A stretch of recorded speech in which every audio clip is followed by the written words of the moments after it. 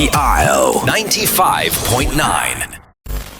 All right, it's time for show business right here on The Isles, 95.9 FM. Every Friday, we try to take things a little bit, calm. Let's talk some, entertaining, creative conversation, but the business side of it, because we are your home for business, economy, and development. Yes. So we're taking a deep dive into the world where law, business, and creativity intersect. So with us in the studio is someone who has spent over a decade helping startups and creatives build a strong legal foundation. She's the founding partner at the Legal Co. The Legal Co. Okay, yes. A trusted advisor on business structuring, venture capital, and intellectual property. And ladies and gentlemen, with us in the studio is Tosin Adegbesan Oyeneko. Yes, Tosin, welcome to the show. Morning. Thank you very much. Look at that. That's so cute. That's so beautiful. Let me say something. Yeah, thank you so much for coming on the show. I've gone through your works, and it's very impressive. You worked with musicians like Olakira, like Majid, and even helped broker deals for Black Bones and even Victorny. A lot of creatives dive straight into music or art without thinking legal. Now, maybe it's because they can't afford it. Maybe it's because they're desperate for fame, whatever it is. So from your perspective, as somebody who has been doing this for over a decade now, who has helped people build structure around their businesses and around their careers, why is it important to build on solid legal foundations from day one? I always say it, when you start anything, to think legal, think finance. Those are the two things you should always put your priority on. And you may think that you are small, you don't need legal, but you will make mistakes that will put you 10 times back from where you got into. I always say my examples are based on battles that I'm fighting now, legal battles, and you learn from those mistakes. Because when you just see them out this day, you know the basics of what this thing is supposed to entail. But when you are coming from you experiencing some things in music law, you'll be able to know better. One of the greatest mistakes that artists that I have dealt with have made is not reading their contracts correctly. There are many record labels or distribution companies that they just give you templates. And some things don't pertain to you or that. Some may have lawyers that even review, but those lawyers put in some things that they expect you not to, or they think you will not see. Though most of them just because, Baba won't sign me. Yeah, that's the desperation side there. I am currently fighting one now. I just sent an email, we've been going back and forth. Just because the artist failed to read a particular paragraph. And it's costing him a lot of money. Something that was very simple could have been avoided. So if he has just gone to a lawyer, how much will you pay a lawyer? Just to remain true. To be able to guide you through every line and every step. There's this entertainment lawyer, I think, what was her? Fal's sister. She used to do this stuff on Instagram. She says something, read your contracts. Even if you don't understand, call a lawyer. That's one mistake that artists make. And once you've signed a contract that's, you signed it. There's no backing out there. No, it's legally binding, right? Once the exact amount. Thank you very much, Tosin. So because we're going to be going a little bit back and forth kind of, because we're talking the creative side. We also do startups as well, because there was one that happened this morning, and I'm really a little bit bitter about it, and it still goes back to contract signing. But before we dig deep into all of that, you specialize in intellectual property. So now for our listeners, that basically means protecting your creative work, right? Music and software and all of that. But Tosin, how should a Nigerian artist or a startup founder think about IP protection in today's digital age, especially now that you are trying to get venture capital, you're trying to get investors on board, you're trying to put yourself out there. All right. So what's the first thing that should come to their mind, or what are the rudiments that they need to do, before they can launch? Because social media is kicking everything now. A conversation you had on WhatsApp, before you know it, it's become the algorithm has picked it and it's become somebody else's, idea one way or the other. But I think it's the idea. Yeah. So how should a Nigerian artist or a startup founder think about IP protection in today's digital age? There are two things to that. There's the hardware aspect and there's the IP aspect. Uncle says that once you know you have something concrete as a creative, as a musician, whatever it is that you do, first of all, just have a ready-made NDA. Non-disclosure, is it? That's not true. So once you want to discuss anything, no matter how little the person is, if it's someone that is not even giving you money, but just has a skill that I can offer, give him an NDA or give her an NDA. It's not too much, maybe a one-pager, but make sure it touches things that you need to protect in that work that you want to disclose. Then also, before you start giving ideas, and because for you to want to give ideas out to people to be able to help you do stuff, Yeah. you should have to have the ideas solidly put in a particular you've thought the idea through and it's already in a format for Sure. to share. Yeah, share for. So that's IP basically to protect your work as intellectual property is like you said, property of the intellect, right? Is intangible, so you cannot touch it. Yeah. So you need to either ways you need to protect maybe your copyright, you need music or artist artwork, you need to protect copyright. If it's your name or your brand, you need to protect maybe a trademark. Yeah.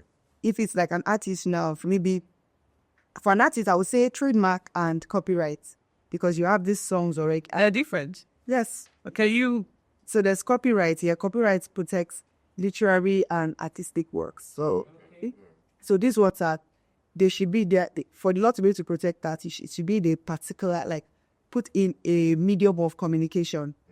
So it has to be creative, yeah, your creation, and also put in so that for lyrics and all of that. yeah. So you have to have recorded it some way, somehow, even though it's not mastered, but it may just be a recording, or maybe you may write it down, maybe as a lyrics, then you can protect it.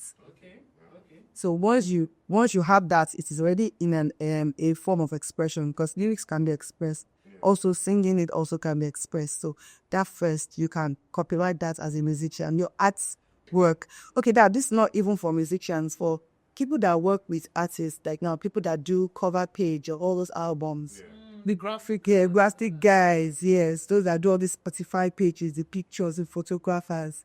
That is your work. If anybody can do it, go and do it now.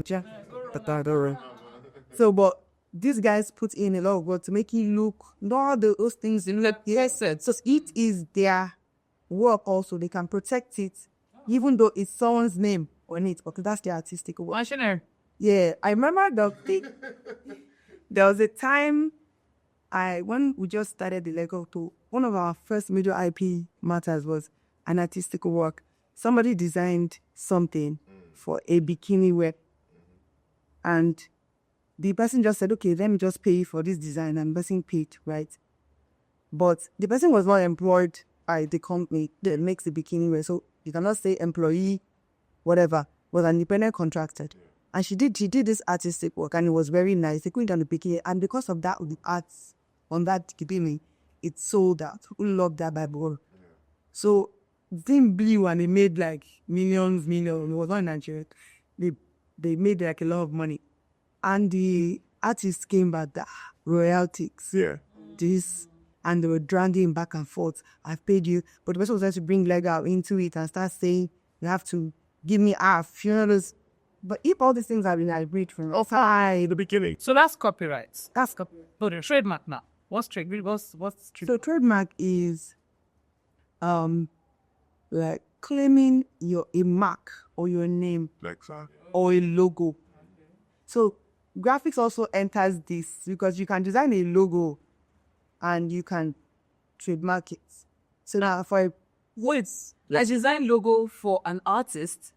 I, as the graphic designer, I can trademark the show. so now there's another mix up in that. You cannot, you may be able to trademark if it's like a logo, right? And maybe you did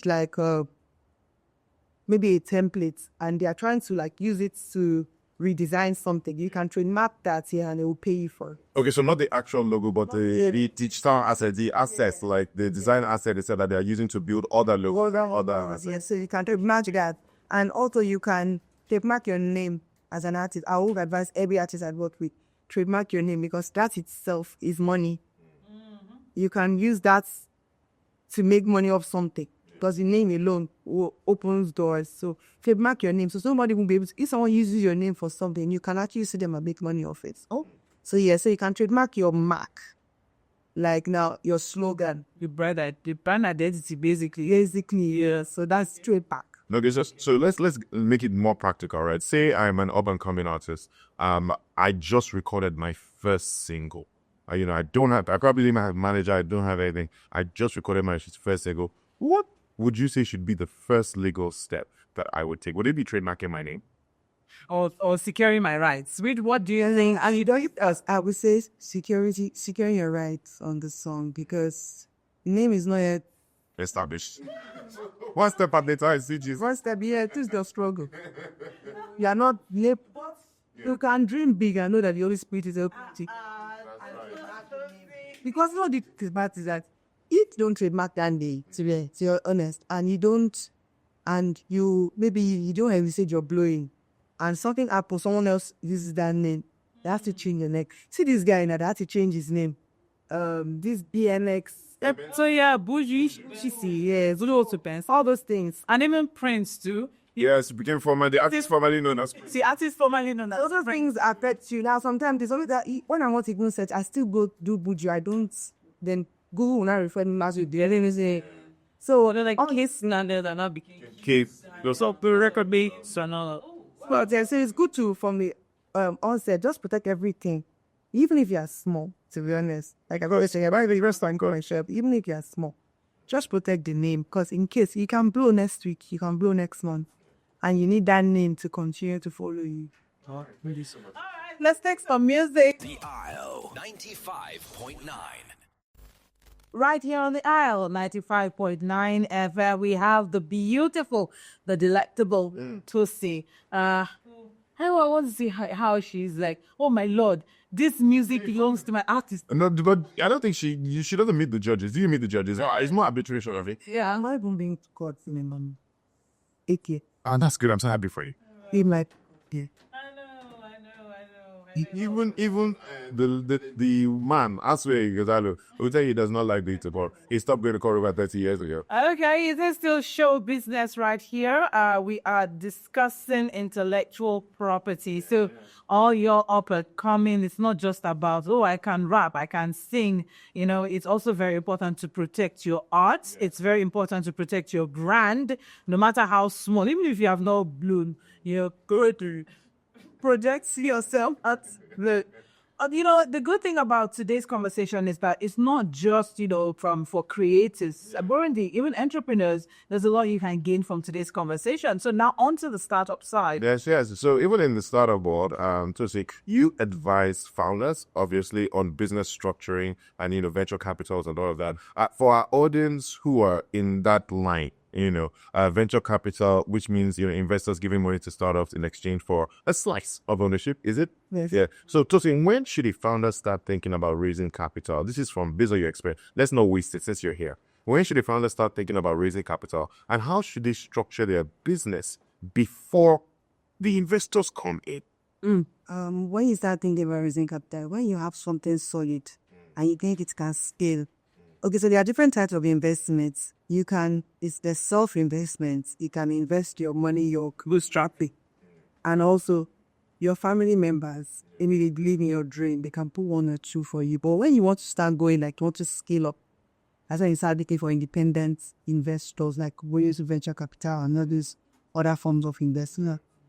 But you need to have something for them to want to invest in. So if you don't have something solid or something that looks like it can make money, because venture capital is like, it's like, yeah, this one eats, this one does not eat. These investors are making a miss. Yeah, so that's why you see all those shows that they do, all these Lion's Den and you have to be able to think 5 years, 10 years, so that this investor does not waste his time and also money. And this thing does not end up winning. So you have to like build up properly to a solid foundation, build yourself, your skill, and also your work, so that you are worth investing in. That'll be your worth. So can you say you should to value yourself, like a valuer values you, so your worth, your skill, and what you have put in place can help you. So what's the second question? Yeah, I know we talked about, structuring the business. And I know every business obviously would demand different structures. But what would you say would like just be the basis, something across the board? Did you start your business, to be honest? Because what's the disadvantage is not ready start? Yeah, but in recent times, I've come to understand that registering your business name is CAC is different from registering your business. How does that work? No, it's basically just easy. But there are other regulatory requirements or different professions that you also need to probably get license from. Okay, so it's hospitality. Yeah, we'll say there are some and some of these regulations, you actually need this license to let you register for CAC.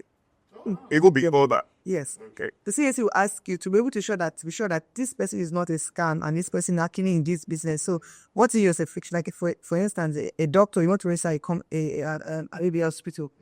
You need to show your certificate that you belong to NN Yes. for you to register it. Also, before you... Yes, now this is space. Yeah. Account sometimes they'll ask, oh, not yet. I was suggesting that CAC start doing that. You need to have account because so that you're a digital marketer, we do advert online there. And if you want to register a business in that light, CAC may ask you bring your account to show that you actually are in this. Whether you're just registering something and listing space on CAC's portal. So if you register this as a business name without doing those other prior things, can that nullify, or they will even register you at all? That's what If they need you to produce those other regulatory licenses, they won't register. But if it's not necessary, they will. So like structuring now, you have to know the particular type of business you register. You can't just say, I want to register my business and just choose what you want to register, because what you may register may not apply to your business. Now, you may want to register a business name, which is like an enterprise, and you don't actually need to register that.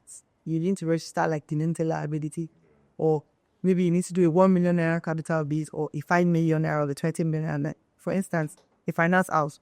You can't just say you want to start something in finance and go and do 1 million naira capital base. There's a limit from 5 million. So it depends on the type of finance institution. So it's increased. There are severe regulations for all that too. So you want to start like a photographer, for instance. You just love taking pictures and you want to just have a business that, okay, this is. Sometimes I feel like you don't need a limited liability. Just register an enterprise, because I'm registering yourself. You are the business. Yes, you're the business. Unless maybe you want to now scale up and be like you want to maybe eventually, maybe 5-10, your plan is that, okay, I want to be like a company that provides photography services. I have guys under me. So you have shareholders, directors that help you manage that business. But if you're just a guy with a camera, Like right now, it's okay. yeah, so just chicken. Because when your client want to pay you now, the reason why you register there, the benefits is basically separate your personality from your business entity, and you can be able to that business can sue and be sued. Yeah, but that doesn't apply to business name, does it? Oh no, yes, It does. I thought with business name the liabilities for both be. Oh no, now that's liability. Do you understand? So that's the business as a legal entity on its own, but you are not entirely separated. Do you understand? Well, it has its own down. You can sue that name. Also, you be a party to it. Do you understand? As for business name. So a guy with the camera, just register that and move on. So when you can open a bank account that says, oh, this is a company, and look neat. Okay. So I should have this registered before I got open Instagram account. Because Yes, that's another thing that I wasn't thinking. people just rush and they open all these social media pages. Most of those that's their go-to. I know that the problem about those things is that you quickly open Instagram, you don't even know if the name is available. So now you open to the Instagram page, you have gone to do stuff. Yeah, don't business. You just the awareness, what the digital marketer. Countdowns the opening. You now can register the business. You now see that it's not available. What do? That's where you now need a lawyer, because sometimes you actually structure names. If a name is actually taken, we can help you structure. Yes, yeah. But the thing about it is that if you do that structure, yes, you can work for CAC. You can structure it for you to be registered. But now when that hospital is started, Oh, okay. she gets so, but depends on the mark you want to register. It be something that's now conflicting, and the name is taken. It's taken. Swear. Like I think some I gave an example of this fastest cake. And everyone knows fastest cake because then the fastest is registered trademark. And somebody in Ibadan went to go and do Wow. put fastest cake also. But they're not aware, but They thought like they could just capitalize on that name. And I know a lot of people, I not today, but yeah, I know two people that actually relied on the fact that they thought it was fastest cake Lagos. I recommended to their friends in the matter. Yeah. So that's like any money they make from using that name. illegal should be able to claim it. Saying it. Yes. So see, if you're paying, okay, the person in the was saying that I registered tonight, well, to find out fastest cake. But the bad person probably created a name from that fastest, so CAC can accept it. Yeah. But when to go and start using the trade name of fastest cake to sell. Yeah, that's wrong. Okay, let's look at this boy, Pella. Pella is here saying that the Lagos State government wants him to pay about 36 million naira. I believe that there are many of all these influencers and streamers who don't exactly have a structure. They just go on camera, start talking, start doing all of that. Is there a way that like legally we can protect them in a sense where they can actually track how much taxes they actually owe? And you pay your tax. But you don't basically taxes are paid on your income. Yeah. Exactly. So as a digital person or an influencer or someone that does something on digital space, Yeah. you should be able to track in your income unless you're a very, very Criminal. or you're not business savvy. Once you are started a business, you have guys that, like I said earlier, finance and legal. You should have people that help you tracking your income. So it's that income you pay your taxes on. Simple. So some of them just think that once you just get a camera and a phone and you can post, people know you are making income. You are getting endorsements. You are getting all those things that you are not paying your taxes. Yeah, you are criminal. You should not complain of it. You want yes, you're super excited. You know one thing about that? I used to say something. The law says that you can compute your tax yourself. Yes. And the agency can compute for you. It's cheaper when you compute yourself. But when the agency computes for you, they will send a charge. Yes. It's always higher. So it's advisable to always compute yourself and send it. So if, for instance, I don't know if he has finance guys, but if he has proper finance guys, they will have told him that, guy, you need to remit at so time. And they will be, I always advise every business that I'm working with, maybe when we are from to start the scaling to stability. Yeah. Make sure your finance, get an account. Even you cannot employ one independent account to be able to do audits in the business.